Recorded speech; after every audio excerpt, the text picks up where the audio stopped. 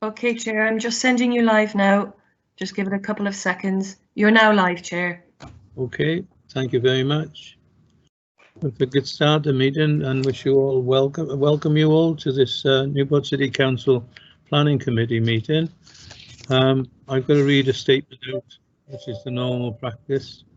This Planning Committee meeting is being conducted remotely in accordance with the coronavirus regulations and the remote meetings protocol agreed by the Council, which will operate alongside the Council's standing orders to ensure that we continue to take democratic decisions in an open and transparent manner.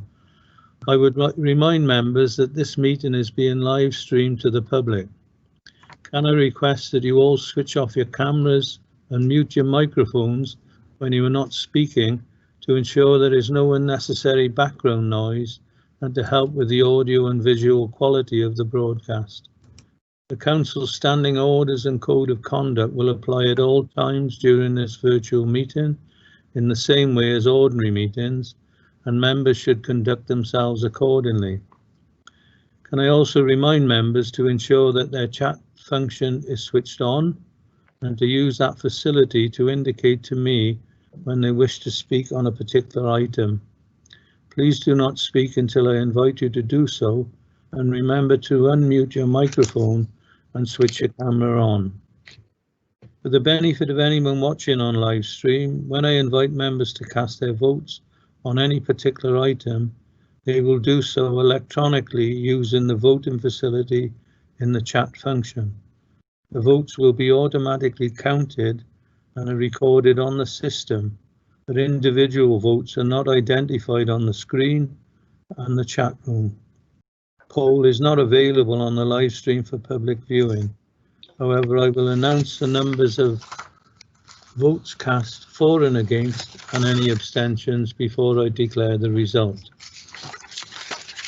As well as being broadcast live, a recorded version of this remote meeting will be uploaded onto the Council website for public viewing as soon as possible after the meeting. Welsh translation of the proceedings can be provided upon request. The images and sound recordings may also be used for training purposes within the Council. Thank you very much. And the first item on the agenda then are apologies. Neil, are there any? No apologies received, Chair, although councillors Ferris and Dudley are still trying to log into the meeting. Okay, thank you very much. Next item on the agenda, declarations of interest. Yes, Chair, sorry, I have a prejudicial interest in the Annesley Road, the Cullion Road 128-130 application. Right. And have you sought legal advice on that, Councillor Townsend? Yes, obviously I can't vote on it or anything, but I don't know whether I have to leave the room or what. I don't know what the situation is. If I were in the civic centre, I would leave the room, wouldn't I? Yeah. Is the legal rep able to clarify that situation, please? Yes, I think if you just switch off the camera and mute yourself, yeah. Councillor Townsend. Yeah, that's okay. Thanks, Chair. Okay, thank you very much. The next item on the agenda is the minutes of the meeting held on the 7th of October 2020. There are 2 pages. Page 5 for accuracy, and page 6. Would somebody who was present at those meetings propose they're a correct record?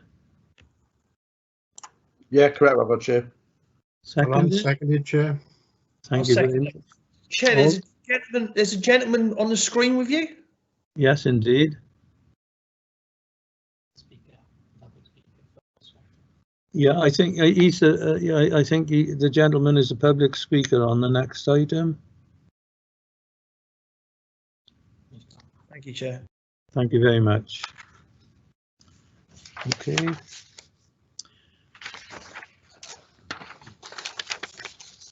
So if we move on to the agenda itself, the first item is application number 20-0593 The site is Sunnyside Nurseries, Langstone.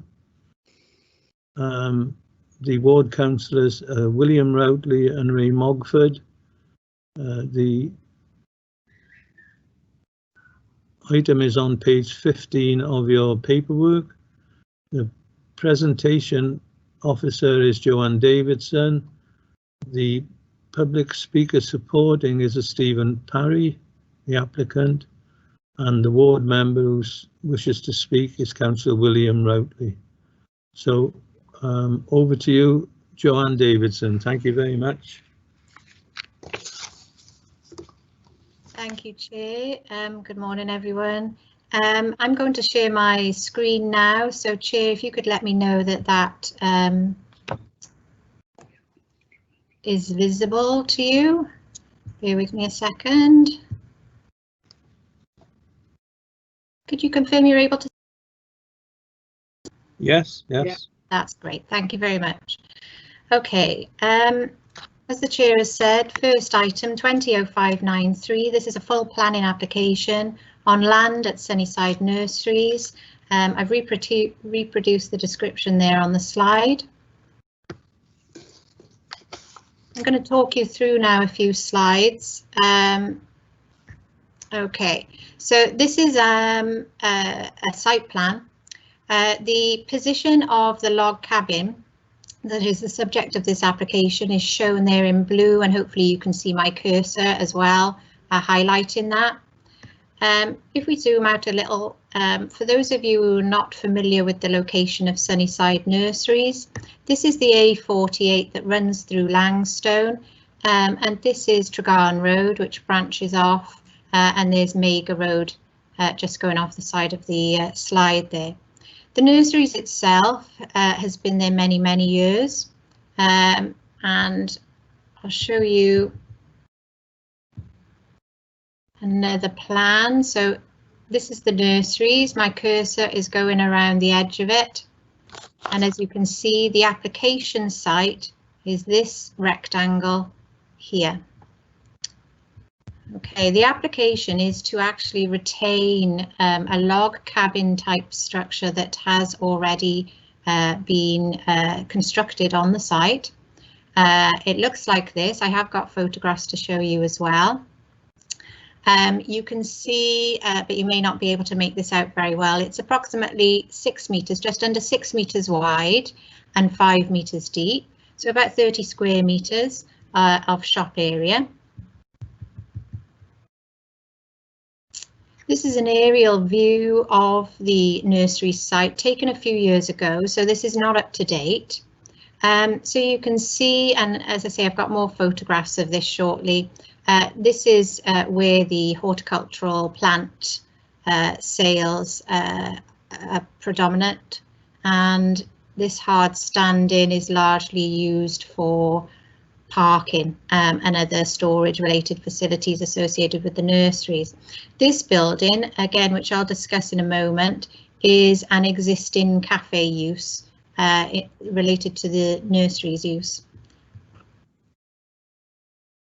Okay, some photographs taken from the A48. This is the cafe I just mentioned to you. Let's go through, because I've got quite a lot of photographs to show you, just so you can put it all into context. So again, the cafe that we've mentioned, just behind there, that sort of darker blue, is the cabin that we're looking at today, that the applicant proposes to use as a delicatessen.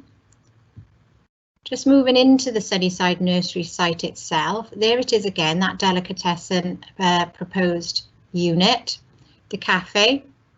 But the other buildings you see on site, including the delicatessen building at present, are unauthorised. They've been placed there without our consent and are subject to current enforcement investigations. So again, a different angle. So the cafe again is lawful. This is unauthorised.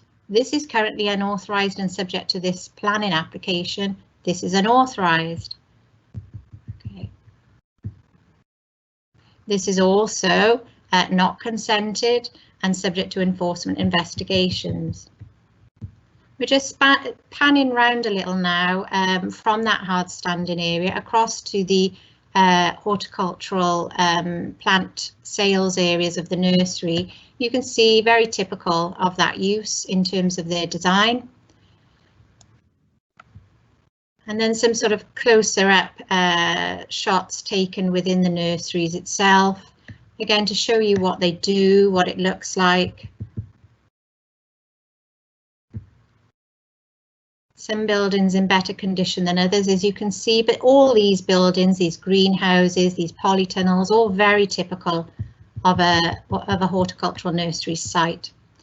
Moving into some of these units, you can see what they do on site. They propagate plants and they sell plants.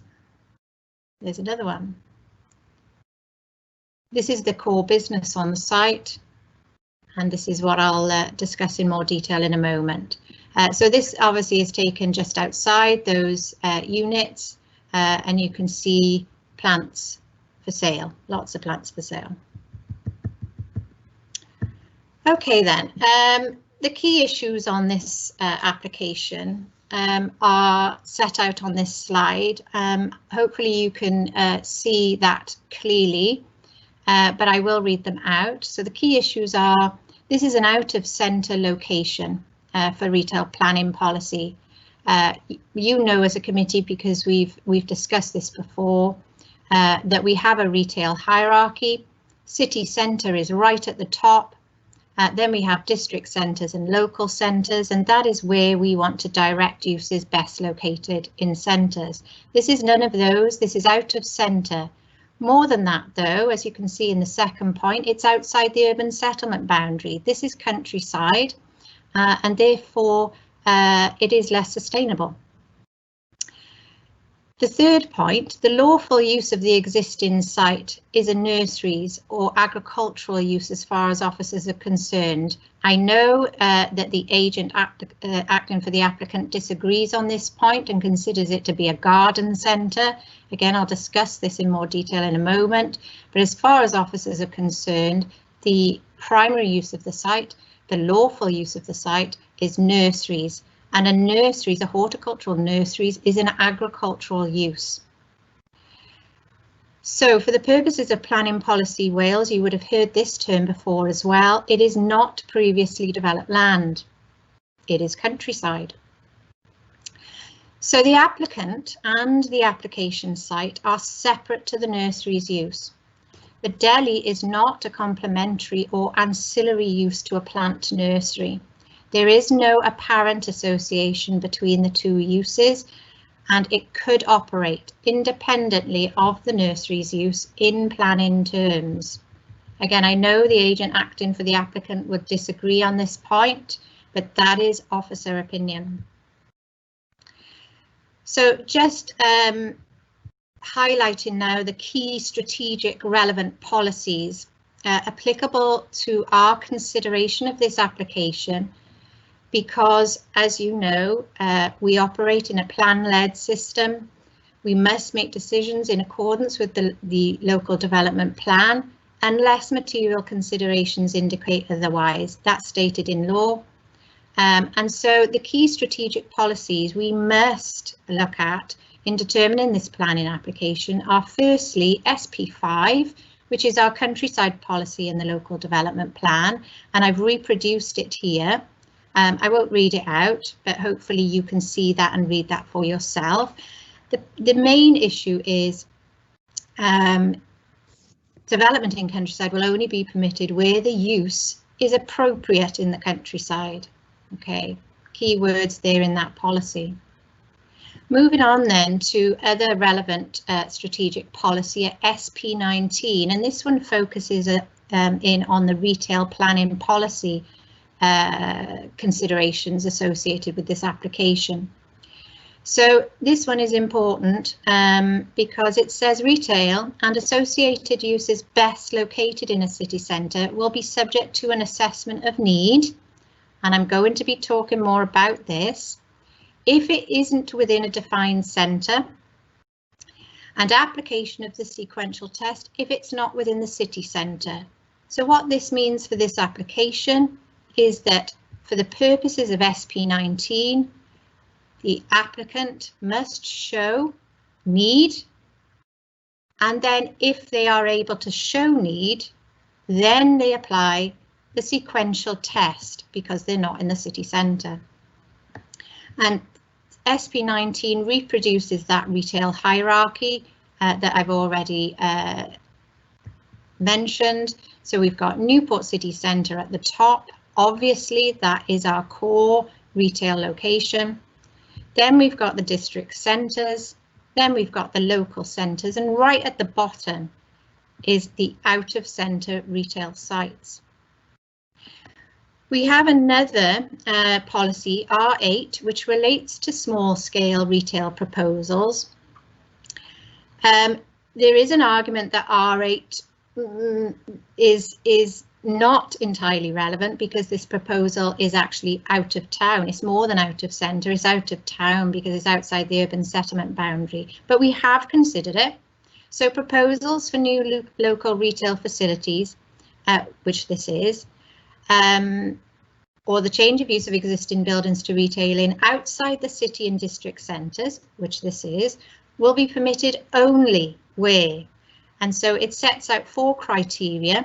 New residential development would be served, or it would cater for an under provision in the area. And these are ands, okay, so all these criteria must be met. So if we look at the 3rd criteria, there would be no adverse effects on the viability and vitality of any defined centre. And this really links back to SP19 and that retail hierarchy, but more so the requirement for proposals outside centres to undertake an assessment of need, and then if they show need, the application of the sequential test. So points to note then on this one, the majority of the lawful buildings on the site, as I've shown you on those photographs, they exhibit an agricultural character and they're clearly used for the propagation and maintenance of plants. Some buildings are in use and in a good state of repair. Others on the wider nursery site have varying degrees of dilapidation and some are partially used. There's also an open and hard surfaced area where parking takes place, as you've seen from the photographs. Now, with regards to the existing retail that happens at the nursery site, we have noted some retail sales during our site visits, but these are principally of horticultural products, although there are some other products such as lighting and garden ornaments, etc., that we have seen during our site visits, but they're very much ancillary to the primary use of propagation, maintenance and sale of plants.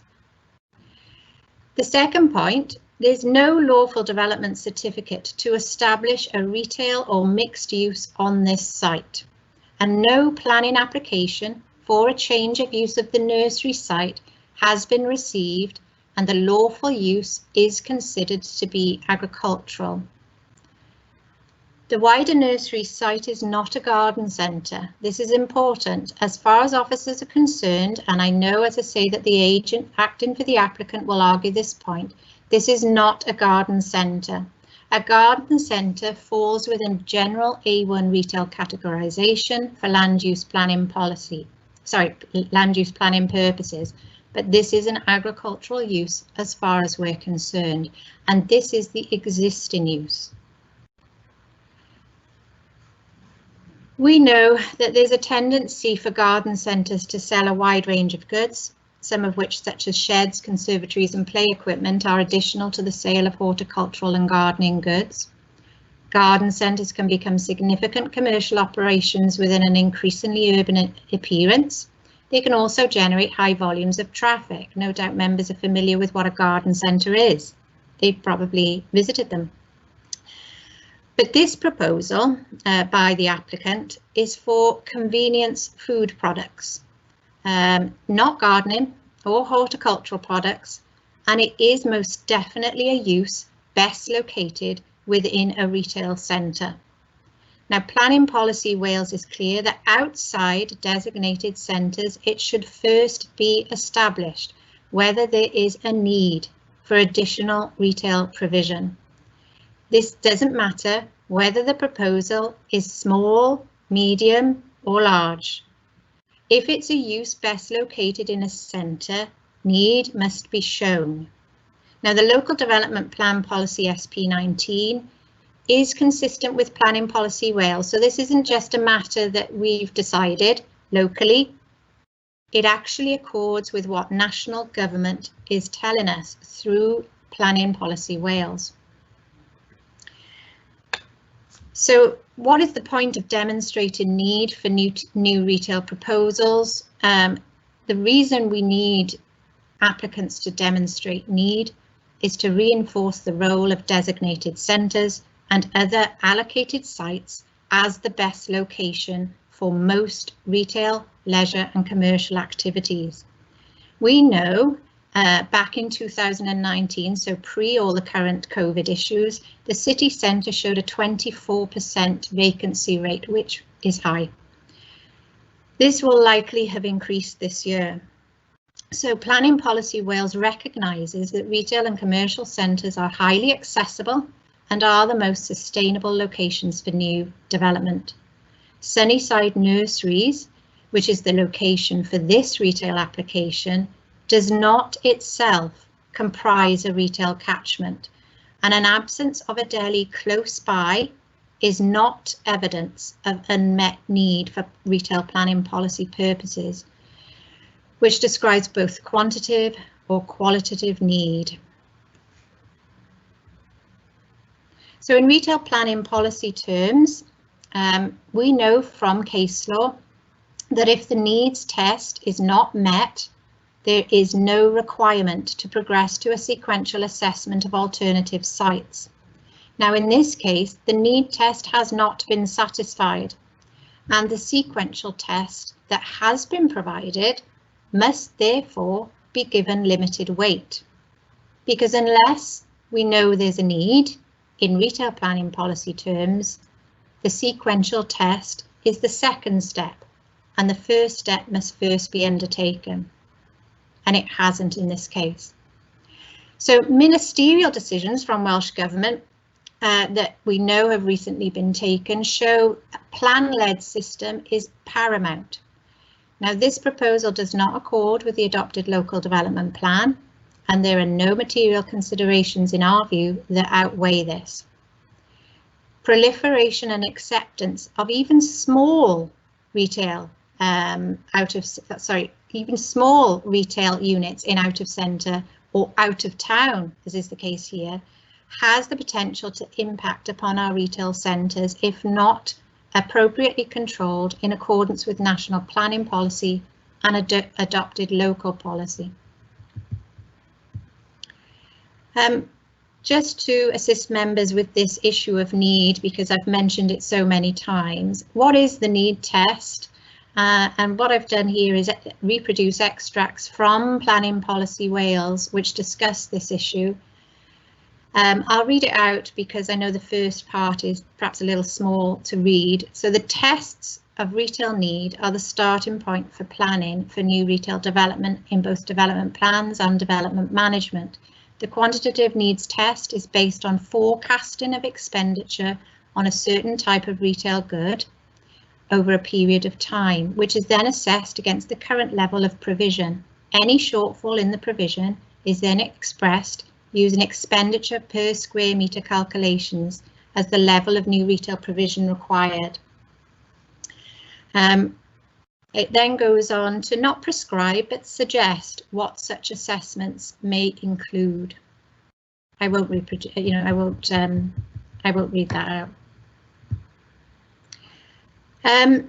I know some questions have been asked, certainly by the agent applicant, about the existing cafe, previous decisions we've made on this site. So this slide is all about that. I've shown you on the photographs that there is an existing cafe on site. A building was given permission on the site and it is currently in use as a cafe. The building was consented originally as a stove shop. Officers at that time, which is several years ago now, considered that this type of retail use was not a use best located in a centre and imposed conditions limiting the use to the sale of stoves and fireplaces regarded as bulky comparison items for which out-of-centre sites are more typical and less likely to conflict with comparable in-centre stores. Now, the subsequent cafe use was considered complementary to the nursery's use.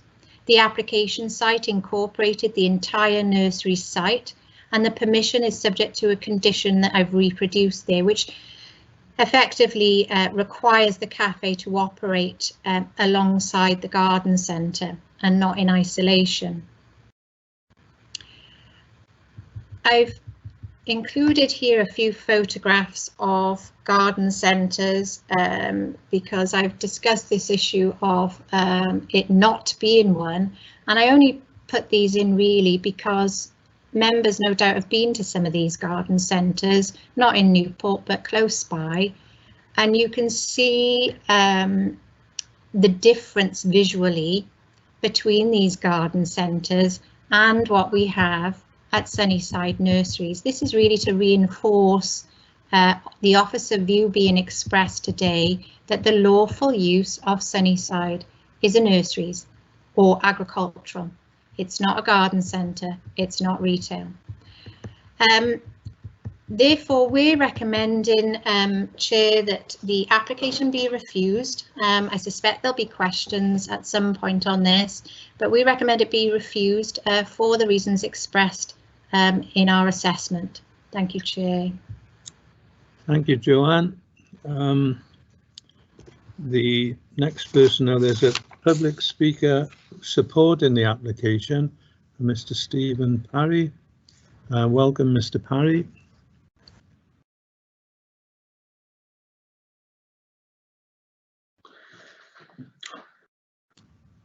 Hello there, can you hear me? Yes, I can hear you and I can see you now as well. So welcome, Mr. Parry, and over to you. Thank you very much. I'd like to read a statement out, if that's okay. So, good morning to the Planning Committee. My name is Stephen Parry. I'm the applicant for the planning application for a small delicatessen on land owned by Sunnyside Nurseries. Whilst I am the applicant, my proposal would use Sunnyside Nurseries timber cabin. It is their land and building. Sunnyside Nurseries have looked to include ancillary, collaborative and compatible businesses like mine within their grounds to help reinforce their retail offering. In 2015, under the same planning policies, your officers approved a log fire retail unit near the log cabin I am applying to change in use to a deli. That log fire unit was then approved by your officers in 2017 to change use to a cafe. We have all been hit hard by coronavirus, with many losing their jobs and with it their income. It is not over, and the impact of our economy by the time we recover from the virus will be significant. The deli was supposed to be my income, and more than that, it was going to provide employment for an additional local person who, if this is refused, will not be offered a job. Beyond its financial importance to myself and my family, the deli would have supported local business in providing a local outlet for their produce. The deli would also have supported Sunnyside Nurseries alongside the other products they have sold for many years and preventing the business from falling behind other regional garden centres. Customers for my deli would not come far. They would be those very same customers that are already visiting the garden centre who can walk to the site, those already passing or employees of local businesses. It would have no draw from Newport city centre. There would be no increase to traffic movements. My proposed small deli is small. It is less than 28 square metres. It would have no impact on any local centres at this size and would only help to provide me and another person with an income. Provide an outlet for local produce. It would help the garden centre increase its appeal through a complementary product and would increase the sustainability of the area. I previously mentioned that the log fire business allowed by officers in 2015 based on the same planning policies. Officers confirmed then that the log fire business would complement the current retail use on the site with the potential to strengthen the retail function of the garden centre, and that because its size of 55 square metres, which is much bigger than my proposed deli, would not suit a city centre location.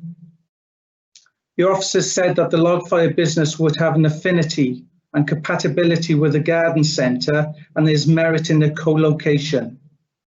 So it is also said that the scale of the proposed retail unit and its location will not result in significant floor space for comparison goods, which could adversely affect the city centre and other traditional retail centres. My planning consultant produced a sequential test that found clearly there were no suitable alternative retail units in local centres or in Newport Centre. We submitted an amount of evidence vastly beyond that required by officers for the log fire business. With clear benefits to locating my very small deli alongside and within the grounds of the garden centre for both that business and myself, along with the significant evidence we submitted showing it would not be possible to locate the business in local centre or the town centre. If we are not granted permission, this business will not happen anywhere. I will be without an income, cannot employ someone else in the garden centre, and the garden centre would not have any of the benefits. That is the significance of the Planning Committee's decision today. I understand that each case needs to be considered individually. However, I would request a consistent approach to determining my application when compared to how your officers determined under delegate powers the stove business. Conclusions made about the stove business by officers should be the same, if not similar, to my proposal. That my deli would complement the retail use of the garden centre, the type of retail would be compatible with the garden centre. There is merit in their co-location and below 28 square metres would not suit a city centre location or adversely affect the city centre if approved. I do understand officers' desire to support and push businesses to Newport City Centre. However, the reality is that this application is not approved. I will not be able to start the deli and will be without income, joining many others without employment during the current pandemic. Lastly, whilst I understand and respect Planning Committee members' desire to support officer recommendations, to refuse my application would be inconsistent with other decisions on this site, particularly the approved stove business. I respectfully plead that you hear my case and the matters I have brought to your attention at this meeting, and I ask you to support my application. Thank you very much. Okay. Thank you very much. Thank you, Mr. Parry. The next speaker is the ward member, Councillor William Routley. I could move to you, Councillor Routley. Thank you, Mr. Parry. Good morning, Mr. Chairman, and thank you. I think Mr. Parry has eloquently covered a lot of areas, but what I find strange to begin with, in 2015, when the stove business was granted permission, it was granted permission for the garden centre, and it was actually called a garden centre back then, and the planning committee, by granting that as a garden centre in 2015, determined the ideology of that nursery cum garden centre. The whole sequential test, I believe, has been met. There is not a property vacant in the Newport town centre or city centre that is available at this moment in time to house this application. The other sites that Mr. Parry was sent to, one of the regional sites was Betty's Estate. And again, the business would be unsustainable in that site. When we looked at Newport city centre, there was one property, but to adapt that property made the business unviable. So there's nothing actually comparable to the site. I do believe that what we're trying to do here is what the officer is trying to do is to use Mr. Parry's planning application to regularize what they believe could be a planning issue. And this is just opinions on their part because investigations are going on. So I don't believe that we should use Mr. Parry's application for a regularisation of the garden centre as it was determined by the Planning Committee in 2015. Under the Sustainability, the Localisation Act actually encourages people now not to travel far, to use alternative forms of travel. The alternative forms of travel is localization and the development and offering of niche offerings such as this deli in this garden centre. If Mr. Parry was to be located in Newport, he would knock up, as they say, 1,300 miles per year travelling from Langstone to the Newport centre back and forth. He's going to employ 2 people himself and another. That would be over 2,600 miles. That would add to the congestion. That would add to the environmental situation that we have in Newport, which, as you know, as planners and councillors, is at a critical level. We must get the environment and the aspects of travel, the aspects of pollution under control. This is very small fish when you really look at it. It's going to be open 3 or 4 days a week, and subject to the opening hours of the garden centre itself. So you could grant, I would suggest, with permissions that tied it closely in to the garden centre that's in operation now. We don't want to exacerbate the travelling aspect.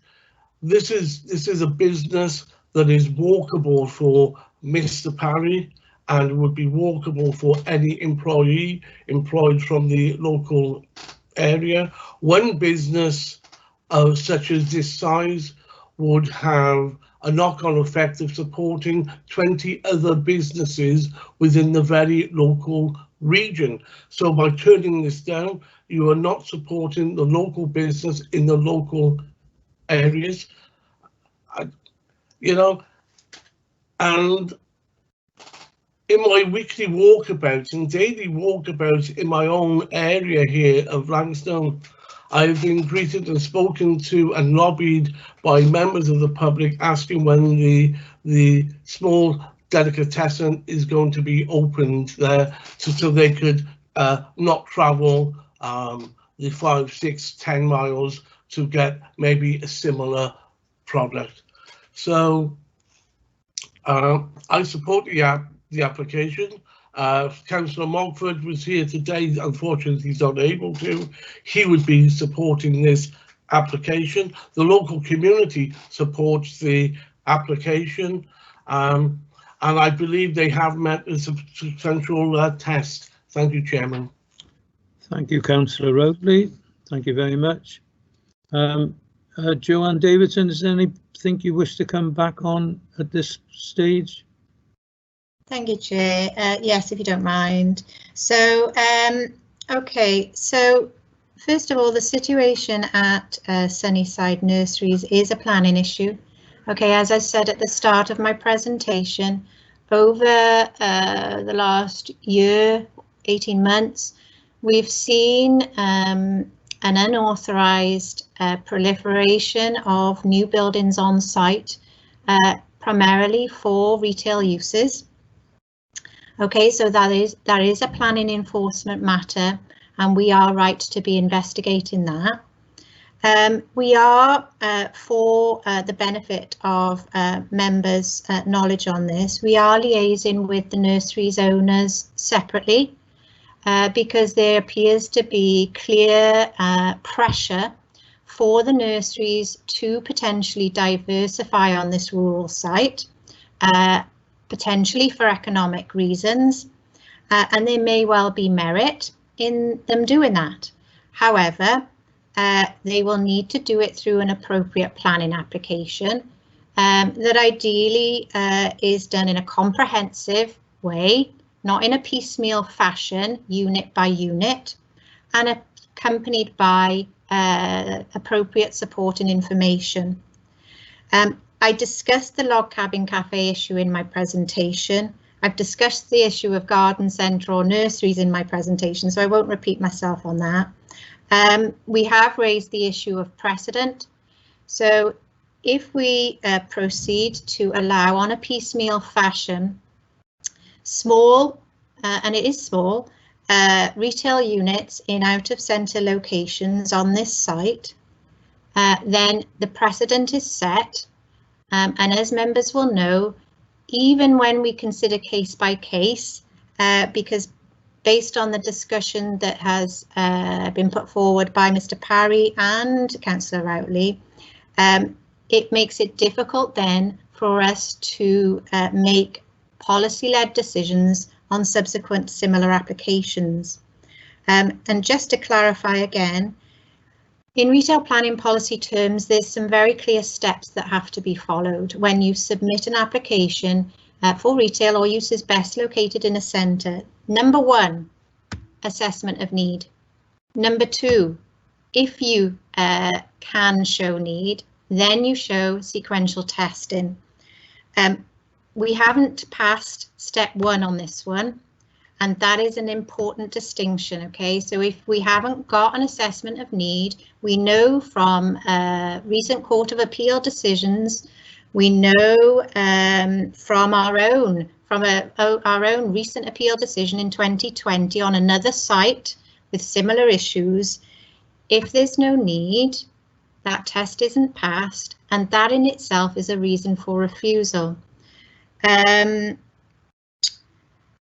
I think that's probably all I need to say for now. As I say, Chair, I'm expecting questions, so I'll pick those up as they come. Thank you. Thank you very much. Thank you. We now then move to committee. If you wish to speak, can you indicate, please?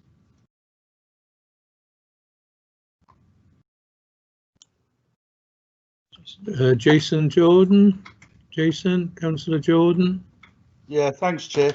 It's just a couple of quick things. I know years ago there used to be a garden centre or an horticultural centre on the Mega Road itself on the right-hand side as you turn down. I think they used to have a cafe as well in there as well, going back many years ago, I think. And they were selling little things themselves, like making their own chutneys and things like that, and possibly they've done that years ago. Also as well, what about the petrol station across the other side of the road? Because that is classed as a spa. Do you mean, you know, they sell all different types of food, everything else in there, down to ham, cheese, everything else in the store. So why is that different to have a delicatessen on that site? Okay, thank you. Do you want to come back in at this stage, Joanne Davidson, or wait? I'll wait for the other questions, Chair. Okay, thank you very much. The next is Councillor Graham Berry. Thank you, Councillor Berry. Thank you, Chair. I know that area very well, and I'm going to disclose something as well. I'm also a very avid customer of the garden centre that's on that site. The only problem I'd have with it is if it became successful, the junction whereby you enter and leave that the whole premises is a little bit difficult, to say the least. But I must admit, I'm a season ticket holder there, and I do buy an awful lot of trees. On principle, I must go with the planning as it is and the officer's advice, because I'm a member of the council and I need to support them. But what a shame. What a shame. Thank you. Okay, thank you, Councillor Berry. Councillor Carmel Townsend, please. Yeah, I believe it or not, people might say, yeah, that's typical. I do support Mr. Parry. I think it would be beneficial to have a very small operation like this on site. If people go to the garden centre at Usk or Tredunnock or wherever it is on the way to Usk, there is a small cafe there. There's a delicatessen element of the garden attached to the garden centre. It's not, sorry, it's like a nursery, but they call it a garden centre. I just want to know what the difference is, because Langstone isn't over endowed with businesses and shops. It's just a small operation, and personally I can't really see what's wrong with that. You know, planning things aside, I think it's a good idea to have something like this attached to a nursery. Okay, thank you. Next speaker is Councillor James Clark. Yeah, thank you, Chair. So I sort of understand what my colleagues are saying, and I do, and I think sort of looking into it, yeah, it seems a good idea. But I think where for me the downfall is the process hasn't been followed. And I know Joanne's mentioned SP5 and SP19, and you know, the assessment of need. And I feel like, and I said, you know, in sort of, it sounds like a good idea, and I think we've seen other things in different areas. But I think again, the garden centre, it's not, it's a nursery, and the assessment needs to be in place. Now, if that had all happened and we were sitting here, I would be more positive. It's just the process has to be followed, and I think it was touched on that this is Welsh Government led, and there have been examples in the appeal decisions which have really gone sort of gone against maybe the way I feel, and sort of, yeah, there is a sort of, it has been set that the appeal process is, things have to be done in and the process has to be followed, and by what I've been told or what I'm hearing, that process hasn't been followed. Okay, thank you. Thank you, Councillor Clark. Next speaker, Councillor John Guy. Thank you, Chair. I listened to everything everyone has said. I fully support the planning officers for a number of reasons, really, on the points covered. I, like yourself, visit garden centres. I visit them all in the various areas, and garden centres are of a certain status. They are mapped out as garden centres. This is not a garden centre. If they wanted to be a garden centre, there is the appropriate procedures to go through. I've got a certain sympathy, but we've got to go according to the facts of the situation. You can't have things, businesses popping up here and there without proper control, because then it becomes not exactly anarchy, but it becomes out of control. But I fully support the planning officers. Thank you very much. Councillor Tracy Hollyoak, please. Thank you, Chair. Yeah, I just wanted to raise a point that has it always been known as a garden centre since 2015, and why has that changed now to a nursery? And what are the comparables between that? And also, you know, I'm quite concerned that we have a lot of unlawful buildings popping up there, and I understand the planning will investigate that situation. However, you know, what concerns me is the fact that there are unlawful buildings popping up there, and once again, there's another process that's not followed. And whilst I believe, you know, that if it is a garden centre should have outlets on site. You know, if we're saying now it's known as just a nursery and agricultural, then you know what's that process needs to be began from step one to fulfil the subsequent test. Okay. Thank you, Chair. Okay, perhaps Joanne, you could come back in at this stage. There's quite a few questions have been raised that need perhaps clarification. Yeah. Okay, thanks, Chair. Yes, I've been taking some notes, so hopefully I can cover everything. Okay, so Councillor Jordan raised the issue of the petrol station. The petrol station has been there as long as I can remember with a shop. I mean, show me a petrol station that doesn't have a shop. Most of them do. It's a long established setup, and I don't see that as any justification at all for us allowing unfettered retail on out of centre sites. Just to reiterate again this point, is it a garden centre, is it a nurseries? The two references have been interlinked, perhaps too much, but this application has shone a light on what is the lawful use of the site, not just this application, but all the unauthorised buildings that we've seen going on. Officers have undertaken detailed site visits. You can tell from the photographs we've had a good look round, and we are satisfied that the lawful use is a nurseries. And the key point of difference in planning terms between a garden centre and a nurseries is the use classification. So a garden centre is A1 retail. A garden centre, the predominant use is retail. And nurseries is a plant propagation, maintenance, sale place. The primary use is agricultural. So we've got two different uses, and that was why I was trying to use examples that aren't in Newport, that are outside our boundaries, that you may be familiar with as members, that are garden centres. They include lots of little shops selling clothes and other merchandise. This site is not that. It's not a garden centre, and I appreciate there may have been some inconsistency in referencing it before, but it is most definitely, from our perspective, a nurseries. And if any agent or applicant feels we are wrong on that point, then the right process to follow is to apply for a lawful development certificate.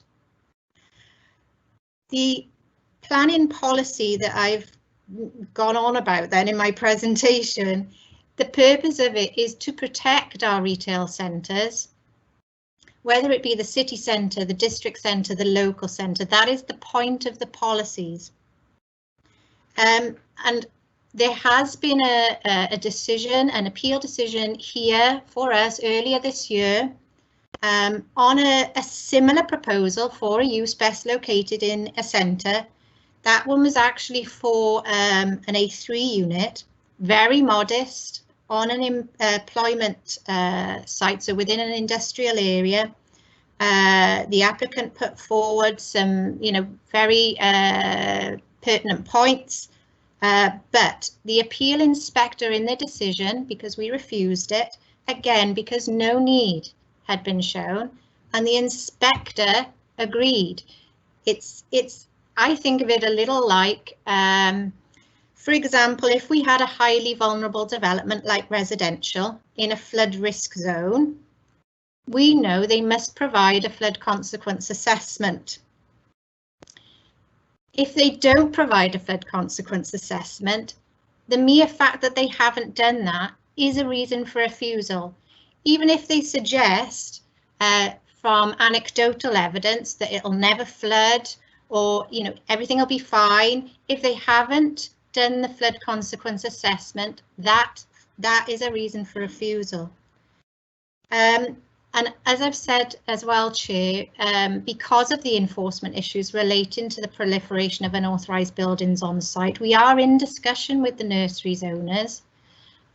We are looking to be proactive on discussion in the event the nursery owner feels that economically they need to diversify, and that may require planning permission and appropriate support and evidence. So we are in that discussion separately.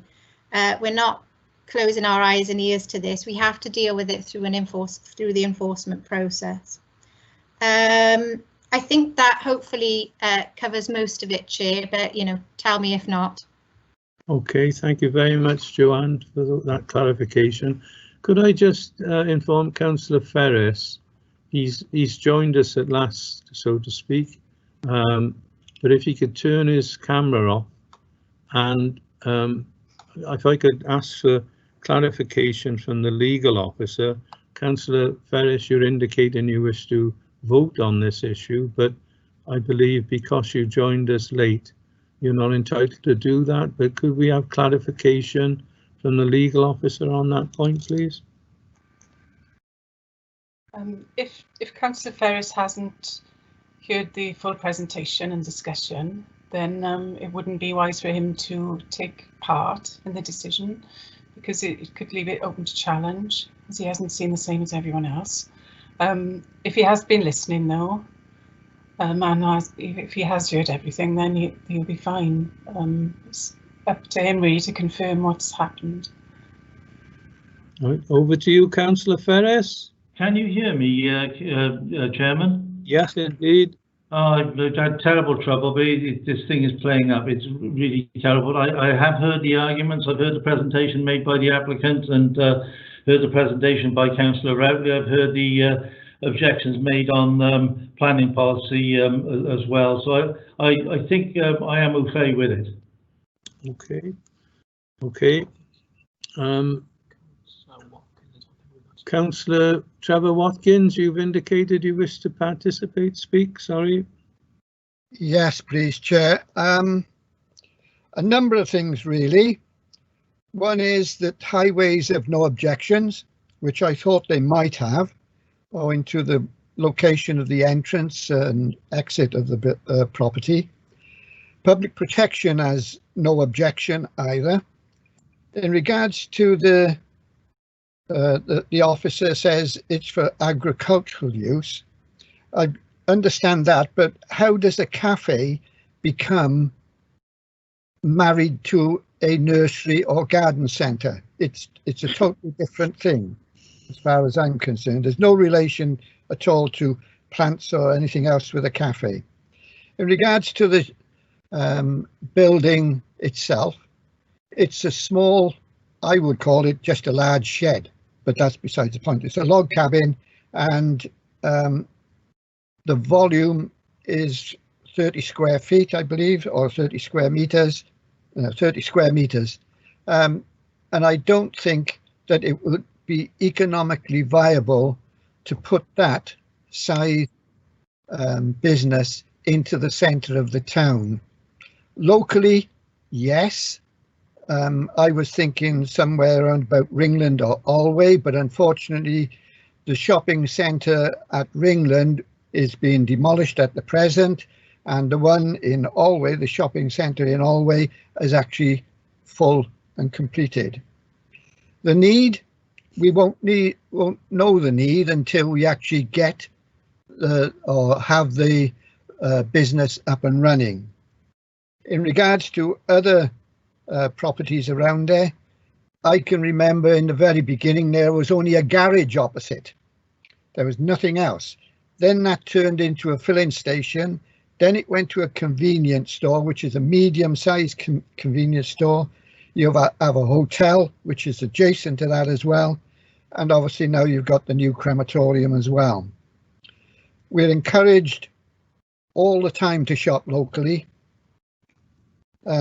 Setting a precedent, I don't think it will be that great in regards to setting a precedent.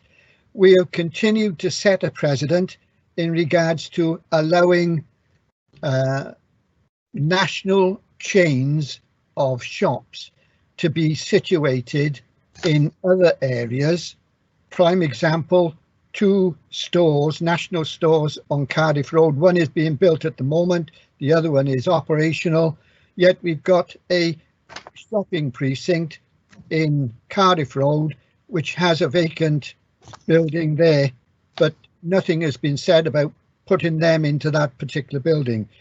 I'm sorry, but I cannot support the officer's recommendation on this matter. I don't see the relevance in regards to the need. We won't know that until the business is operational. Thank you, Chair. Okay, thank you, Councillor Watkins. Councillor Tracy Hollyoak. Thank you, Chair. I'd like to thank Joanne for clarifying a couple of points regarding a nursery or a garden centre. And I believe, you know, the muddy waters may have come in from what the locals perceive that area to be. Now, if it is called a garden centre or is known as garden centre, then I understand that we'd have that problem crossing over, putting a retail business into that area. However, I also see that it was a log store, and I don't understand what that would have had to do with a nursery either, and how that could have been approved. So I'm a bit up in the air with this. But also I do see the point that we have a lot of unlawful buildings being developed there. So I do see the relevance in a precedent being set, because there was a number of buildings already built there. And obviously if we approve the one for a delicatessens, then there are 2, possibly 3 other buildings already there unlawfully, which will also become retail outlets. So I just wanted to make that point. Thank you, Chair. Okay, thank you, Councillor Hollyoak. Councillor Richard White. Thank you, Chair. I'd just like to sort of reiterate a couple of points other people have made. That the size of the building, as Councillor Watkins said, is more or less just a large garden shed. I don't think the impact of the retail on this will have any retail sales from this will have any impact on any district centre or the city centre, and actually would be quite a useful asset for people living in the rural area of Langstone. We, as rural areas, don't have many shops of any description. I think probably in this case the planning policies are a bit heavy-handed when they deal with something as small as this with the sequential test. I realise that there are planning issues on the site with development that's taking place without planning permission, and also the definition of the site as a nursery and not as a garden centre. I would like to ask if this is clarified and the site was designated as a garden centre, would there be any problem with granting this application? Thank you, Chair. Thank you, Councillor Watkins. White, I do apologise. Joanne, could you clarify that point, please? Thanks, Chair. Yeah, there's a couple of things that have come up there. If I refer to Councillor White's question first, then, if the site, if the landowners applied for a lawful development certificate to demonstrate that the site has operated lawfully for at least the last 10 years as a garden centre, then, as I've mentioned before, if that were to be successful, the lawful use class of the site changes from what we currently believe it to be. So, based on our current assessments, we consider the site's lawful use to be a nurseries and therefore agriculture. if they were to apply and successfully obtain a lawful development certificate, which if this issue of whether it's a garden centre is critical to them, then that is the right thing they should do. They should apply for a lawful development certificate. And if that is successful in proving the use as a garden centre is lawful, then it changes a whole heap of things, because the lawful use class then becomes A1, or at least partially A1. So, for example, we could have a lawful development certificate that says it's operated as a mixed use for at least 10 years, retail and agricultural, for example. That is the right process to demonstrate the lawful use. And as I've mentioned before, that we haven't received any planning application for mixed use or any lawful development certificate to demonstrate a mixed use. Councillor Watkins obviously raised the developments of need. Hopefully I've clarified this point. We must operate in a plan-led system. That's what we do. We must make decisions in accordance with the development plan unless material considerations indicate otherwise. And as I've said, the needs test, irrespective of how big the unit is, if it is out of centre, they must do it. It may be, a couple of pages compared to 200 pages that the likes of Lidl or Aldi or similar size proposals would give us. But that test must be met in accordance with policy. And as I say, we had a Court of Appeal decision in 2018 that confirmed the primacy of the needs test. And we also had our own appeal decision earlier this year, 2020, on the same issue that confirmed it. If the applicant has not shown need, irrespective of how small it is, then that is reason to refuse planning permission. So, as I've also mentioned, Chair, we appreciate that the landowners may have a desire to diversify, and there may be a lot of merit in them doing so. So when I say diversify, I mean introduce alternative uses other than agricultural. And we are in discussion with them through the enforcement process to do that. And that, in my view, taking a comprehensive approach to the entire nursery site is the appropriate way of potentially achieving a mixed use on this site through the application process. But very small isolated applications for individual new buildings on the site are always going to need to go through that quantitative qualitative needs assessment in policy and the sequential test. So, and they may find it difficult. They may find it difficult to do so. So I'm not sure what else I can say on that, Chair, but hopefully I've clarified. Yeah, fine. Thanks for the clarification. Councillor Charles Ferris, you've indicated you would like to ask a question, but I don't want to be a nuisance or hinder your question. Can it be confirmed that Councillor Ferris did join this meeting at the start? Because I've got to absolutely check that. I mean, otherwise it's outside of the terms of reference and the legality of the planning committee. Somebody help me on that.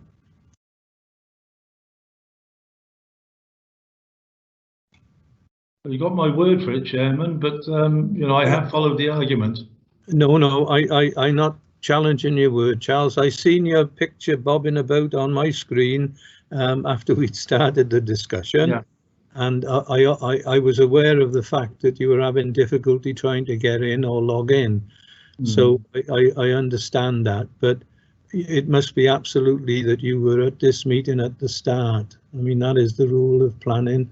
So I'm looking for clarification. I don't know whether Neil can confirm it or whether the legal officer can confirm it.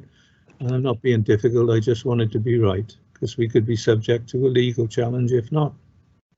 Sorry, Chair, I was doing the minutes. I wasn't looking at the screen at that time. I'm sorry. Okay. I think really we'd need to take Councillor Ferris's word on it if he's saying that he's was there from the beginning. Okay, that's fine by me. That's fine by me. I've got the clarification. Right then, Charles, you can ask your question, sir. Well, maybe it's more of an observation, Chairman, but it seems to me bizarre that we're worrying about this small unit being a potential threat to the city centre when we granted planning permission, did we not, for the Spitty retail park, deeming that it was far enough away from the town centre as not to be a threat to it. And here we are with a unit which is the size of a large garden shed, which is probably double the distance from the town centre as what the Spitty retail park is. It seems strange. I can't see the logic of the two. One is like a little pinprick, as it were, and the other one is really a force majeure, really competing with the town centre. Okay, thank you, Councillor Ferris. Councillor Watkins, you've indicated, please. Yes, please, Chair. I missed something out on my list in regards to the officer mentioned that it should be related to agricultural use. Well, in my opinion, a delicatessen is more related to agricultural use than the cafe, because I'm under the impression that a delicatessen is cheese, milk, meat products, so it will be more in line in regards to the agricultural use rather than the cafe or even the woodlog burning system. So I just can't see the argument, to be quite honest, Chair. Thank you very much. Okay, thank you, Councillor Watkins.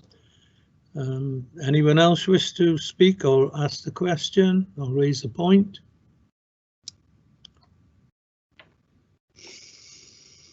No?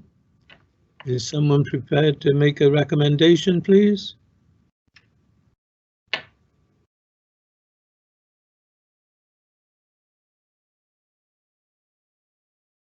Can everybody hear me? Yeah, Chair, I think Joanne wanted to mention something as well. It's just popped up. Sorry, right, we've got, yes, Joanne Davidson. If you could speak, and then Councillor John Guy after Joanne. Thank you. Okay, so, sorry, Chair. It's something perhaps I haven't emphasised. I did mention it earlier in my presentation. But in the event that members feel that, subject to appropriate links between the deli and the nursery's use, that it may be okay, subject to that. One thing that I raised is that as officers, and I've taken advice with Joanne on this, we cannot see how the deli can be tied to the nursery's use. So what I mean by that is we cannot see how we can impose a condition that requires the deli to operate certainly ancillary with the nursery's use.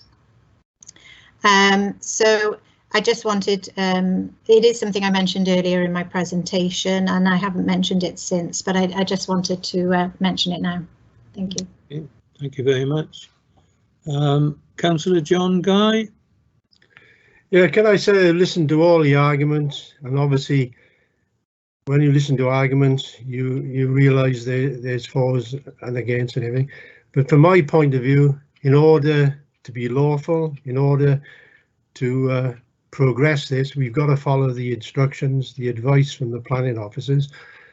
So my proposal is that we accept the planning officer's recommendation on this as to the way to go forward. Okay, thank you, Councillor Guy. So it's been proposed that the committee accept the officer's recommendation, which is refusal. Is there a seconder? Yeah, I'll second, Chair. Right, it's been seconded, proposed and seconded. Chair? Yes? Did you just say the officer's recommendation was for refusal? It's for approval? No. The officer's recommendation is for refusal. Oh, sorry. Yes, sorry. I've got my words mixed up. Yes, of course it is. Thank you. That's all right. I nearly fell off my seat then. Okay. So it's been proposed and seconded that this application be refused. We're moving now to the voting situation. Neil, can you just remind us of the process or the procedure? I'm so sorry, I jumped the gun there. I've invited Laura to join.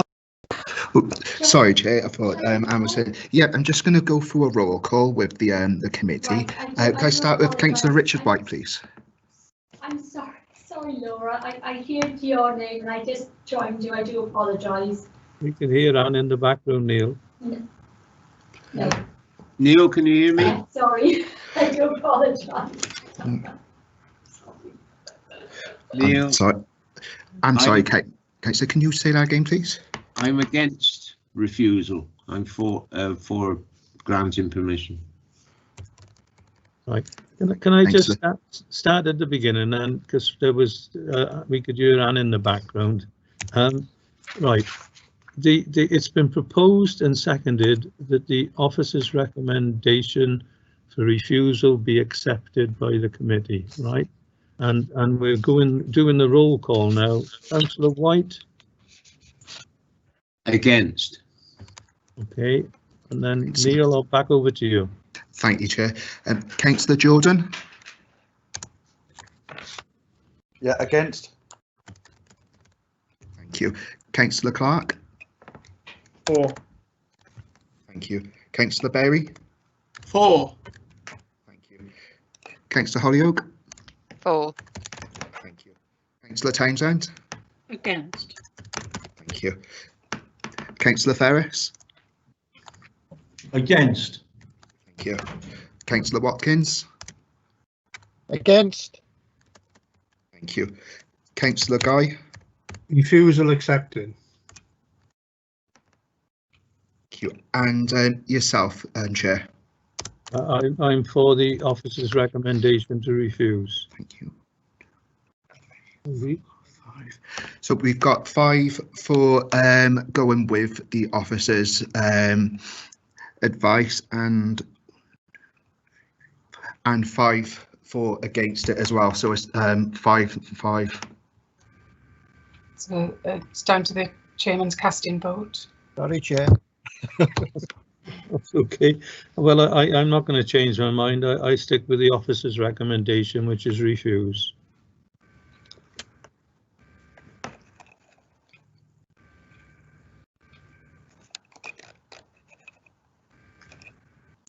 Okay, that's been noted, Chair. Thank you. Thank you.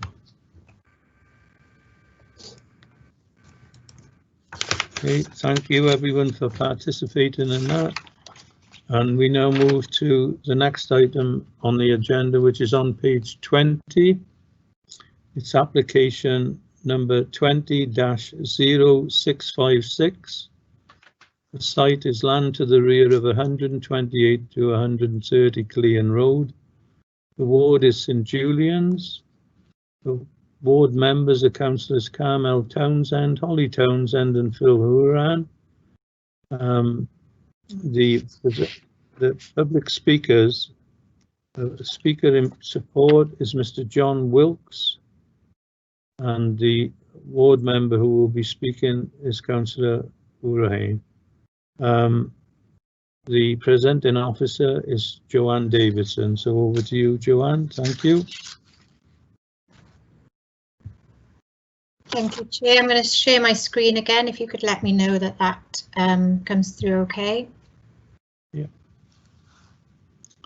Yes, fine. Thank you. Marvellous. Thank you very much. Okay.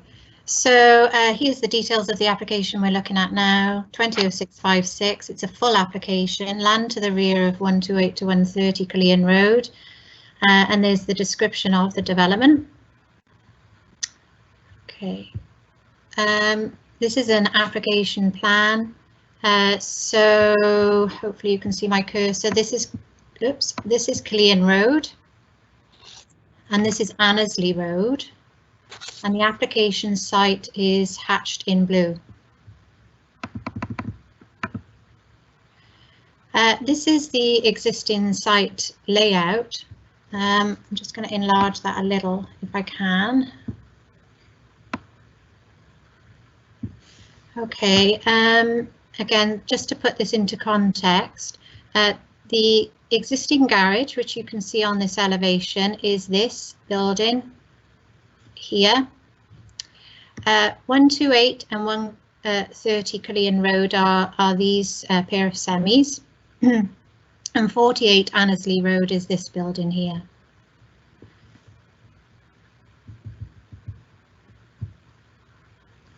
This is a proposed site plan. Again, I'll try and enlarge this a little, if I can. So this is showing the proposed footprint of the new bungalow. Again, hopefully you can see that in a slightly darker shade of grey. And then 48 Annesley Road again. You can see off-street parking proposals here. The rear amenity space to serve the proposed bungalow alongside here, and the proposed elevational drawings. So here's the proposed front elevation of the bungalow. The side, as you would look at it from, well, that's the side from Killian Road, the back of Killian Road. And this is the rear elevation. A better shot, a closer up shot of the front elevation of the proposed bungalow.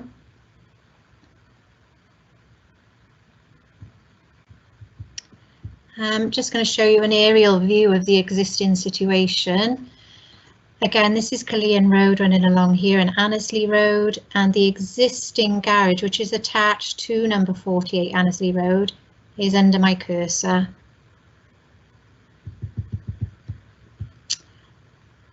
The existing situation taken in our photographs, so the garage, and just to clarify, the garage is not part of number 48. So even though it's attached to number 48, it's it's an isolated site. It is not owned or used by number 48.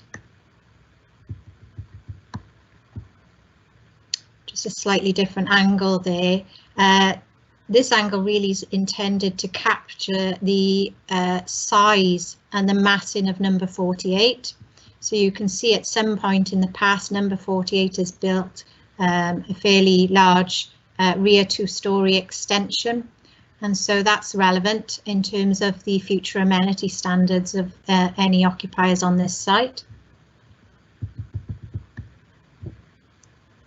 A wider street view looking up along Annesley Road, that's just to give members, you know, an idea of the architectural context. Very traditional terraced street. Looking the other way, this is Killian Road over here. Number 128, you can see again, number 128 and 130 Killian Road have quite sizable outriggers, probably original, that extend towards the boundary of the application site. This is a photograph actually taken from what will actually be the rear garden of the proposed bungalow, and I'm looking here at the rear gable of 128 130 Killian Road. Now, members will note from the officer assessment that there is history on this site. We have previously refused the construction of a pair of two-storey semi-detached dwellings on this site. That was a decision that was subject to appeal and was dismissed. There were multiple reasons for refusal from our perspective, one of which was the impact of a pair of two-storey semis on the back of an outlook of number 130 Killian Road. You can see these windows just down here. There is a difference in levels. Number 120, 130, or numbers 120, 130 are slightly lower than the application site. The applicant actually manages and controls number 130, and these windows have been blocked up, so are no longer an issue. These are photos also taken from what will be the garden area of the new bungalow. And again, what we're doing here is looking at that extension that's been added at some point to 48 Annesley Road, because a key issue in the previous appeal was, if you can imagine this garage being replaced by two-story units, the unit closest to number 48 and therefore able to enjoy half the space that we're looking at in this photograph, we felt that the amenity standards of that unit would be unacceptable, largely because this would be such a dominant and overbearing feature of their relatively small garden space. This is just looking at it from a slightly different angle. Looking at the existing garage in these photographs, the bungalow is going to come out further, so the depth of so that's going to be demolished. The bungalow will be slightly deeper and slightly higher, but still a bungalow. What I've done in this next slide is taken an extract from the planning inspector's report on the previous appeal. And this is really to highlight the issues that we previously had and that we think have now been addressed by the new proposal. So you can see what I've highlighted in yellow here is that first point I made about the side elevation of number 48, its proximity to the common boundary with the appeal site. And the inspector agreed that proposed house 2, which was closest to that, and therefore the rear facing windows of unit 2, the outlook would be dominated by a massive built form. In a way, he agreed, would be overbearing and oppressive. Now, by making this a bungalow that enjoys the entire width of the application site, as opposed to just half of it, we feel that that on balance has addressed that issue.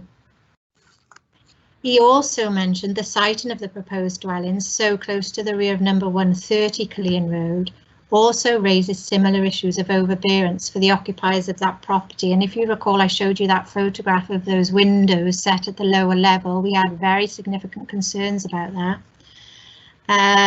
But those windows have now gone. The inspector further points out to the difference in levels, which I've mentioned to you. And he felt that, again, it would dominate and overbear on number 130. And so he specifically says this would result in views from the rear windows of number 130 being dominated by the two-storey side elevation of proposed house 1. As I say, those windows have been blocked up, but also now we're not looking at a two-storey unit or mass, we're looking at a single-storey, not entirely dissimilar to the building that is already on the site.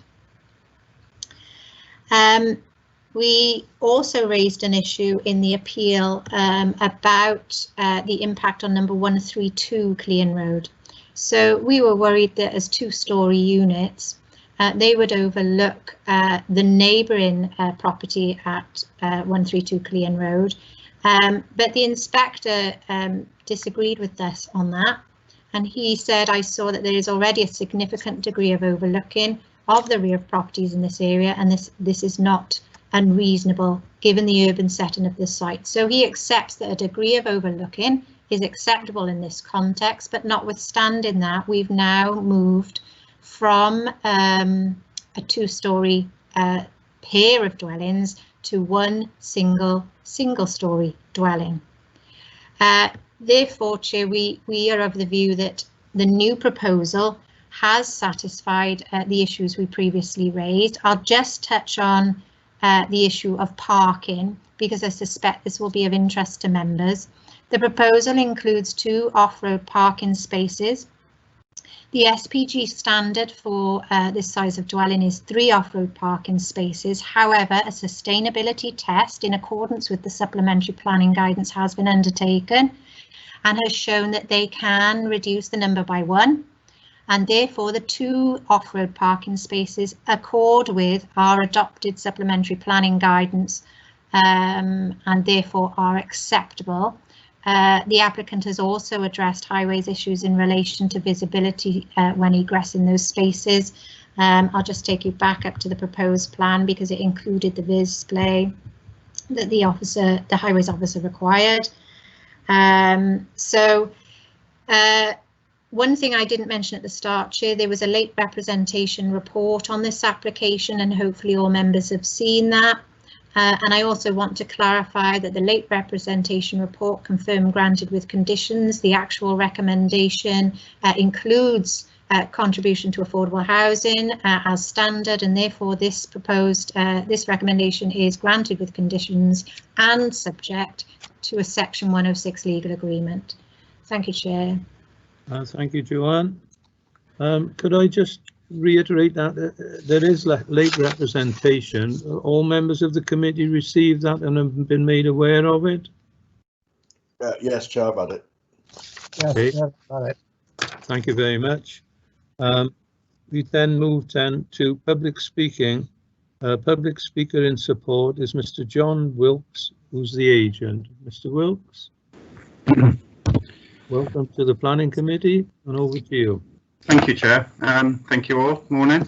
Yeah, well, to be honest with you, I was just going to talk through some of the issues raised in the previous appeal, and just sort of discuss how we look to address them.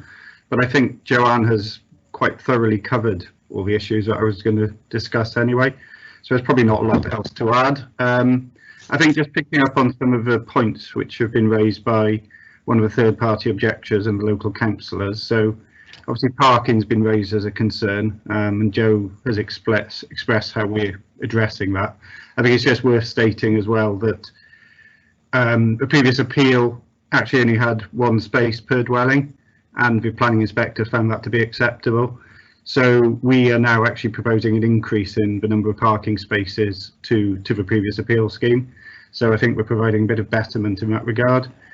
And in terms of the impact on the amenity of 48 Annesley Road, which again has been raised by the occupiers of that property as a concern, I think it's just again worth stating the inspector was comfortable with that relationship in the previous appeal, and again in reducing the number of dwellings on there and making for a smaller development, I think we've actually improved that relationship as well.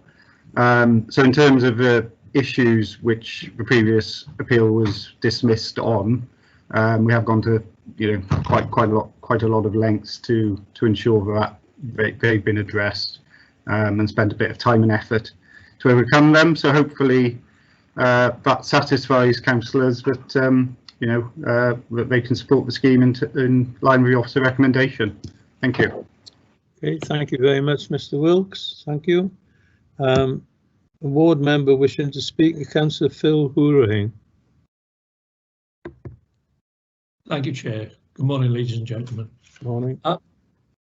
I picked this up very late in the day, and I do apologise that I'll only be given a brief overview of the problems as the main objector sees them.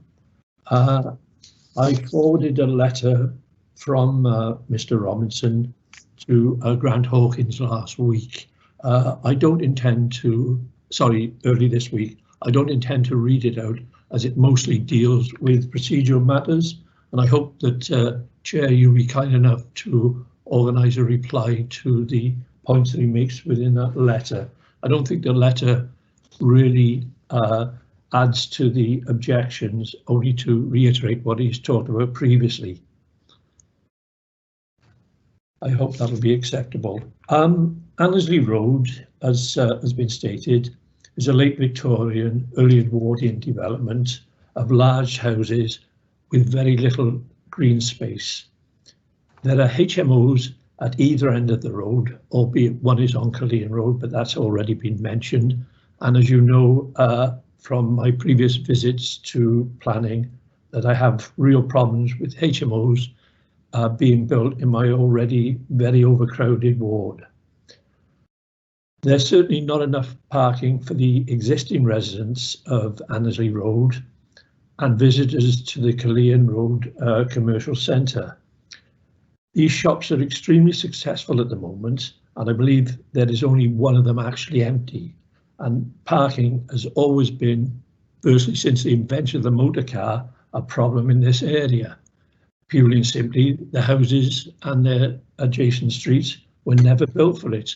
And all the roads in that quadrangle from Duckpool Road up to Richmond Road suffer from this problem. So any additional cars on the road, no matter how few, is a major problem. Against this background, it is proposed to squeeze, and I mean squeeze in, I believe it's a disabled residence with support worker onto a totally inadequate plot. The plot is virtually best suited to the 2 double garages that they have there at the moment. It'll have a very adverse effect on the Robinsons in 48, whose garden is already blighted by the HMO on Cullion Road, and the proposal for the dormer bungalow will totally destroy their privacy. I believe that planning officers have already acknowledged, and the agent just acknowledged now, the inadequacy of the parking arrangements for the dormer bungalow. And yes, 3 is recommended and 2 are being provided. But if you look at the sketches provided by the agent, you'll see that they're only showing 1 car actually on the front of the dormer bungalow, which is probably more realistic than to suggest that 2 cars will ever be parked there. There is also the additional needs of disabled people who will probably all require some form of additional aid. They're showing us wheelchair occupants in the sketches of the plan, which leads one to suspect that they'll need some form of motorised transport or adapted transport. The road is overcrowded at the moment to such an extent that can rarely, if ever, be cleaned in the normal ways. And I'm surprised that there's been no objection from the Highways Department on this point. Excuse me. The development as a disabled support facility would, under normal circumstances, be welcome, but this proposal is inappropriate. And what safeguards are there in place if the applications were granted as to further change of use? I don't believe there's sufficient safeguards for the residents of this area. Thank you for listening to me this morning, and I formally object to the proposal. Thank you. Okay, thank you, Councillor Hurricane. That's very kind of you. Joanne, do you wish to come back before committee debated and discuss it? Hi, Chair. I don't think so. No, I've shown photos, obviously, of parking occurring in front of the garage. I can show them again if I'm requested to. Just to clarify, the garage itself, it looks like a garage, but it's not deep enough to be a garage, so you couldn't park a car in that garage. The parking occurs in front, and just to be clear, we have assessed this in the officer report, but on the previous application for the pair of 2 semis, we did agree that there would be no displacement, that we couldn't require the retention of that area for use by neighbouring residents. You know, we couldn't force the landowner to allow that, and as I've said already, the parking proposed in this application actually accords with the SPG by virtue of the sustainability test that has been provided. That's it for now. Thank you, Chair. Thank you very much. Thank you. We move to committee now. Anyone wishing to speak?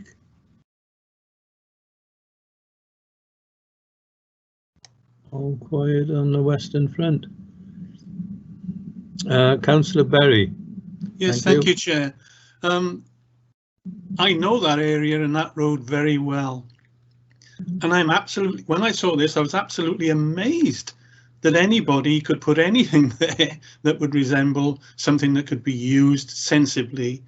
The road is absolutely rammed from morning to night, and I can see this as being a problem to the local residents, that this part of the road is going to have to be left vacant so that people can gain access to the off-road parking that's going to be offered there.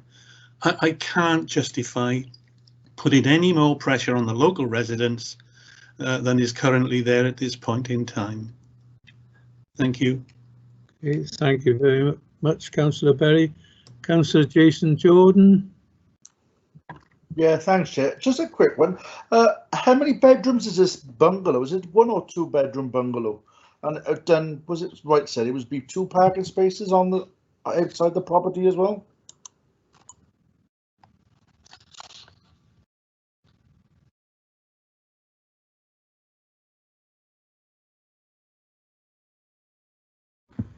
Do you want me to answer that, Chair?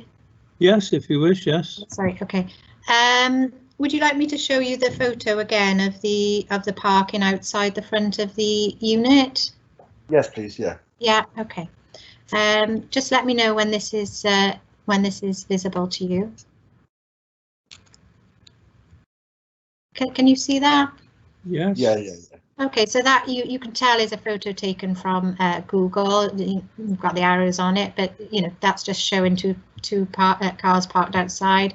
This is one that we've taken ourselves. It's just a reminder of the space in front of here. You know, it is or has been used for parking. It has the area in front of it.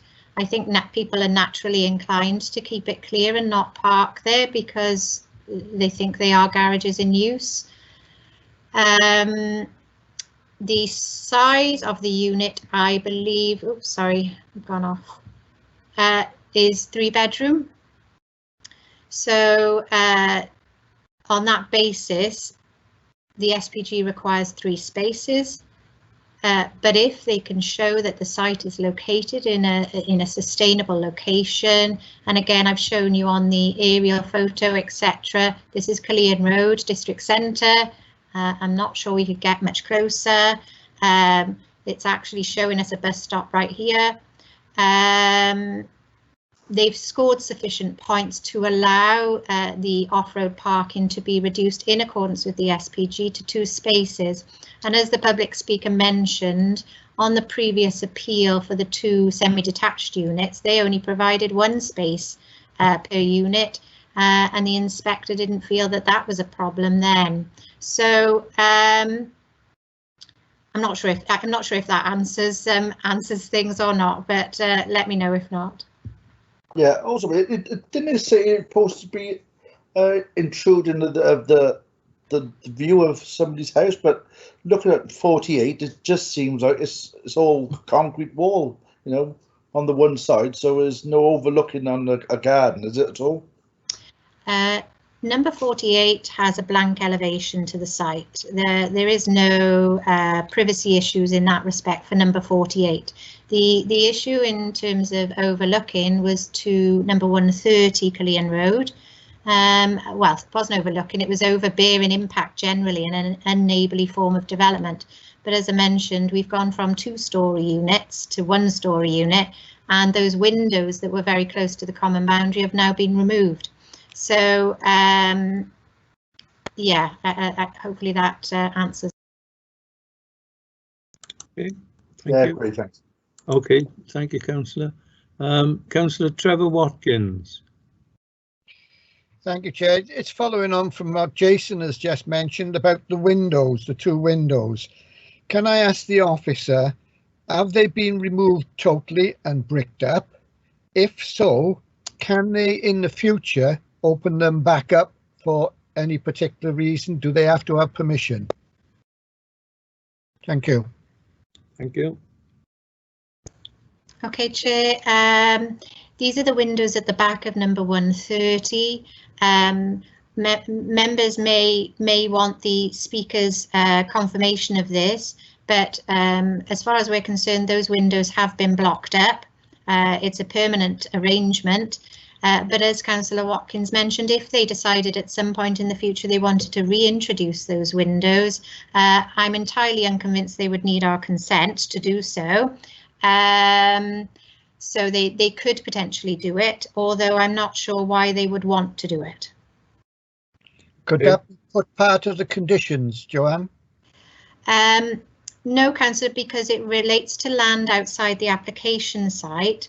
But what we have done, because of the difference in levels, we have removed permitted development rights by condition in our recommendation for any alterations or extensions to the proposed dwelling. So if, for example, they wanted to insert windows in the side looking at 128, 130, they would require consent to do so. Okay, thank you, Chair. Thank you, Joanne. Thank you. Thanks very much. Next speaker. No one indicating at the minute.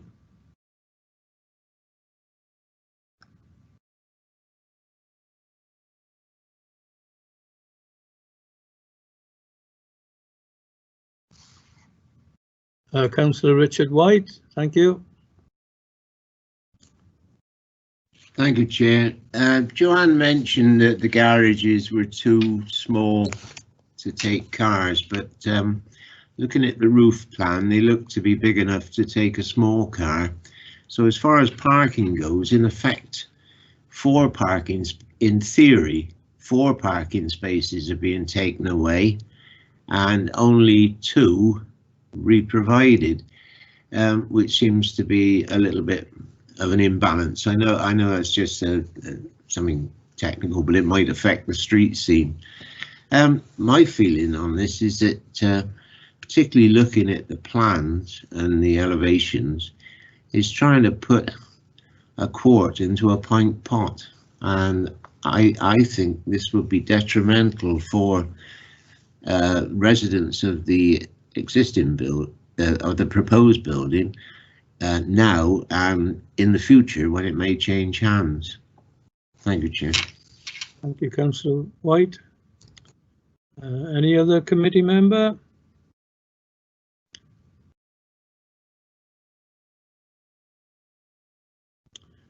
Oh, is someone prepared to make a recommendation then?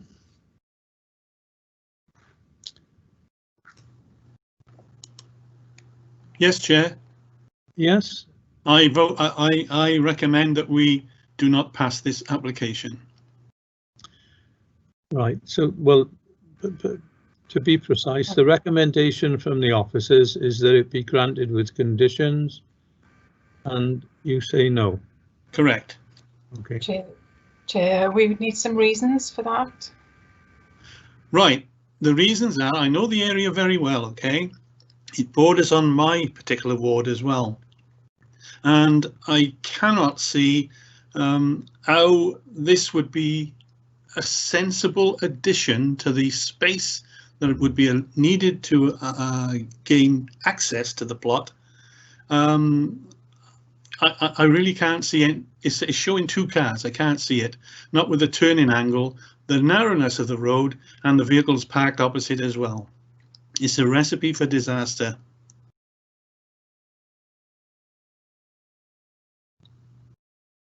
Okay.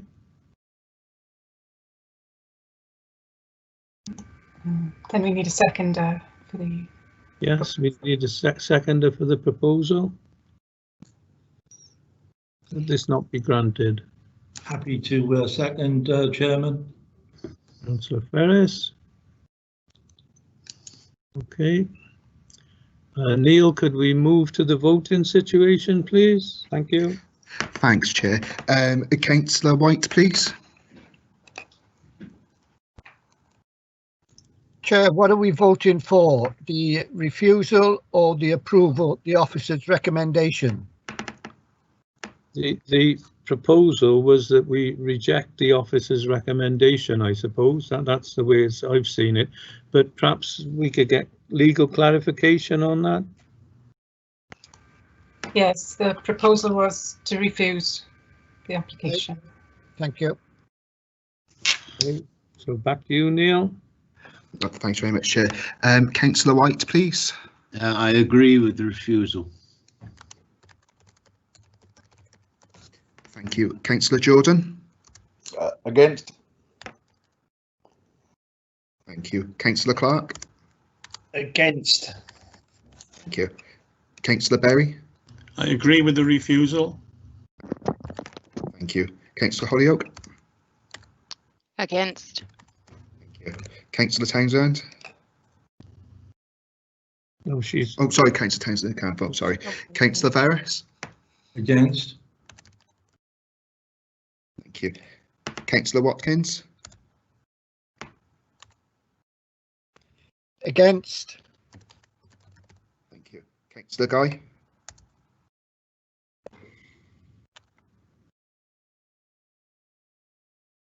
So, Councillor Guy?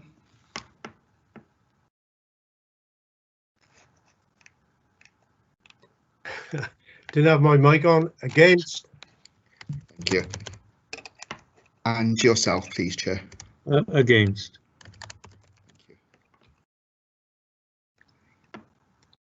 So 7 against and 2 for.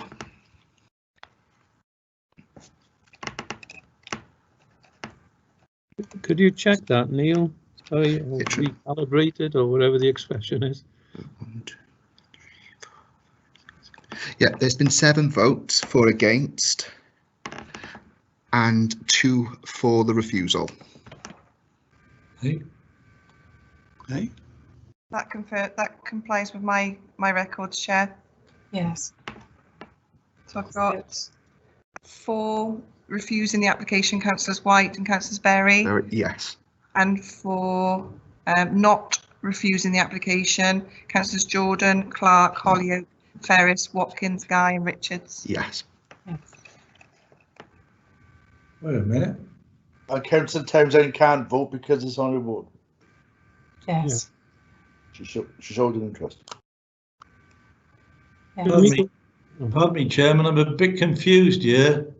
I don't think we should build on those garages. That's what I'm voting for. That's what I meant to say. Your vote was for against, Councillor Ferris, which meant you were voting against the motion to refuse the application. You wanted it approved. What? To build? Yes.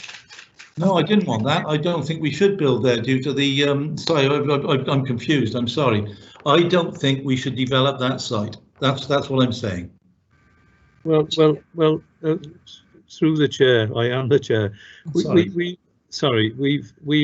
been through a process, which there may have been a bit of confusion after the event, but certainly it was clear what was happening during the process. And if the vote was 7-2, then that was the vote. And I should think if we seek to change that now, we'd be straying into dangerous waters. Chair, the proposal wasn't carried, so the best way to deal with it really is to get a new proposal to approve the officer's recommendation. Chair, I propose that we approve the officer's recommendation then. I'll second that. The officer's recommendation, before there's any further uncertainty, is that it be granted with conditions. Does everyone understand that? Okay. So application 20-0656, the ward is St Julian's. The officer's recommendation is it be granted with conditions. So do we go ahead now and vote for or against that? Well, thanks, Chair. Councillor White, please. I'm against. Councillor Jordan. 4. Thank you. Councillor Clark. 4. Thank you. Councillor Berry. I do not want it granted. Okay. I'm against. Thank you. Councillor Holyoke. 4. Councillor Ferris. I'm against. Thank you. Councillor Watkins. 4. Thank you. Councillor Guy. 4. Thank you. And yourself, please, Chair.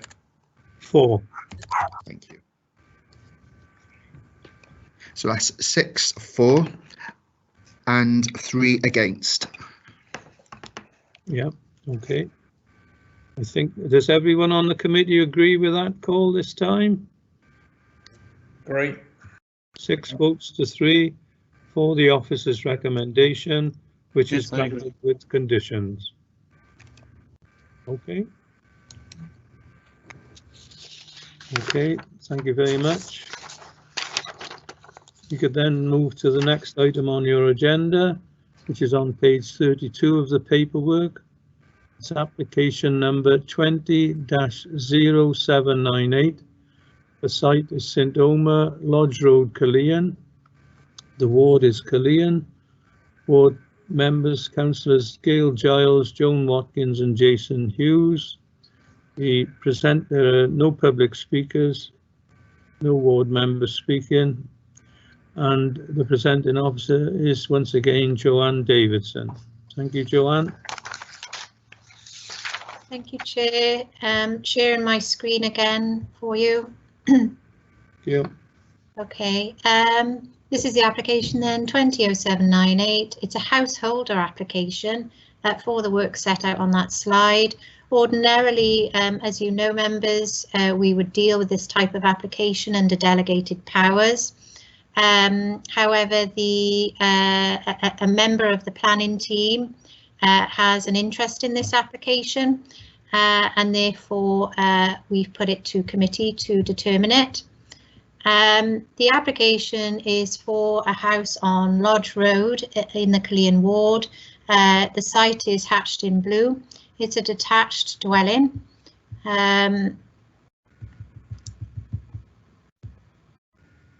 Okay, this is the existing, hopefully you can see that okay. They're the existing floor plans. So we've got the ground floor on the left at the top left, and the existing first floor, top right. Then the bottom set of plans are the proposed floor layouts, ground floor, first floor and roof space. So 2 key elements really to this application. It's the rear 2-storey extension here and the single-storey side extension, and also a raising of the existing roof ridge to enable accommodation to go in the roof. Existing and proposed site plans here. So existing is on the left. That's how the site currently looks. Existing access off Lodge Road with off-road parking, ample off-road parking, which will remain the same. And then you can see the house has an existing single-storey conservatory at the back here. And then on the right-hand side, this is the proposed site plan, where you can see that expansion of the dwelling rearward, and then this single-storey element proposed on the side. We've had no representations from neighbours on this application. So the existing property looks like this, front, back, side, and then the proposed elevation. So the front looks much the same, but just flick back to that existing. You can see the increase in the height of the roof. So there's existing, there's proposed. It's marginal, but there is an increase in that roof height. On the back, this is the extension. And you can see on this side, well, both side elevations, this vertical line represents the original back elevation of the property. So this is extension along here, and then this is represents the proposed single-storey side extension. So moving on to photographs, this is the property as it exists. You can see that the prevailing character here is of large detached residences. Not entirely sure whether this house is extended or whether it was originally built that way, but it is much deeper than the application site. That the windows that you see on the side are not habitable. or of concern. Slightly just different angle here. So this is actually stood in the back garden of the application site, looking at the neighbour, and the reason for that is to obviously show the separation between the two, so there is intervening space between them, but also that this neighbouring property extends further back than the application property. Turning then and looking the other way from the back garden, so this is the application site, this is the conservatory that will be demolished. You can see the other neighbour appears to be part way through extending their dwelling in a similar way in terms of the two-storey element. So again, pushing a fairly sizable extension back as proposed here, but obviously we haven't got this dormer element on this application.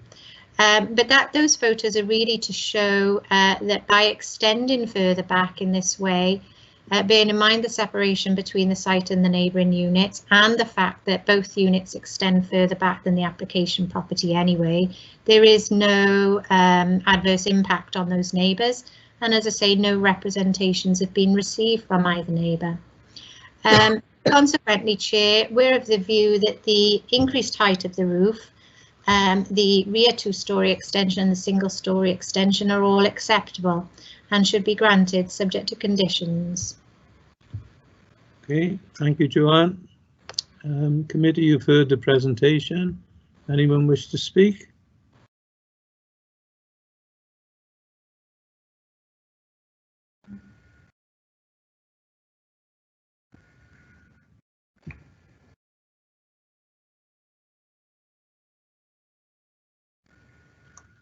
Is the committee still there?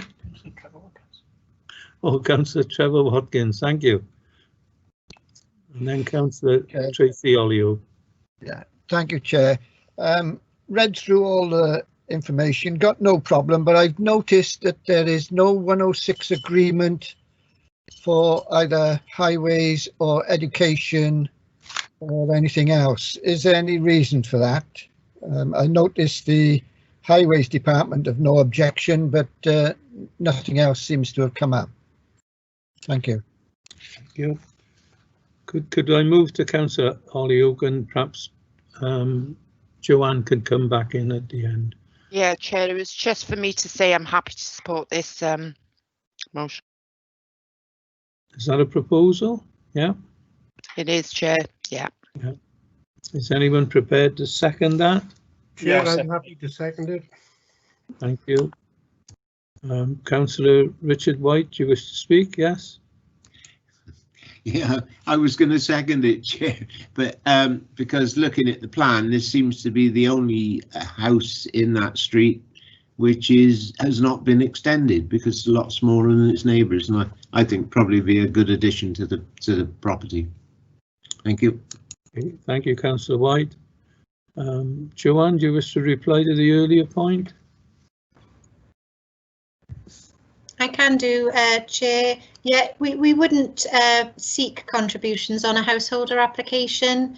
We would only seek those for larger residential development, new dwelling applications. So that's why you don't see a Section 106 requirement on this householder application. Okay, thank you, Joanne. Any other questions? Committee prepared to vote? It's been proposed and seconded that we accept officer's recommendation. Neil, could you implement the voting process, please? Thank you. Thank you, Chair. Councillor White, please. For the proposal. Thank you. Councillor Jordan. Yeah, for the proposal. Thank you. Councillor Clark. For. Thank you. Councillor Berry. For. Thank you. Councillor Holyoke. For. Thank you. Councillor Townsend.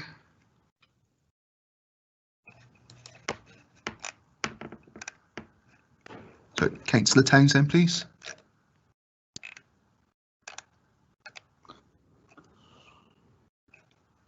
Sorry, you can see she's still in the meeting, but she's on mute and her camera's off.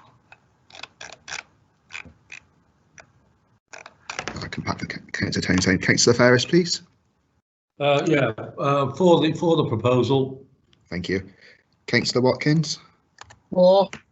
Thank you. Councillor Guy. For the proposal. Councillor Richards. For the recommendation of the officers. And Councillor Townsend, please.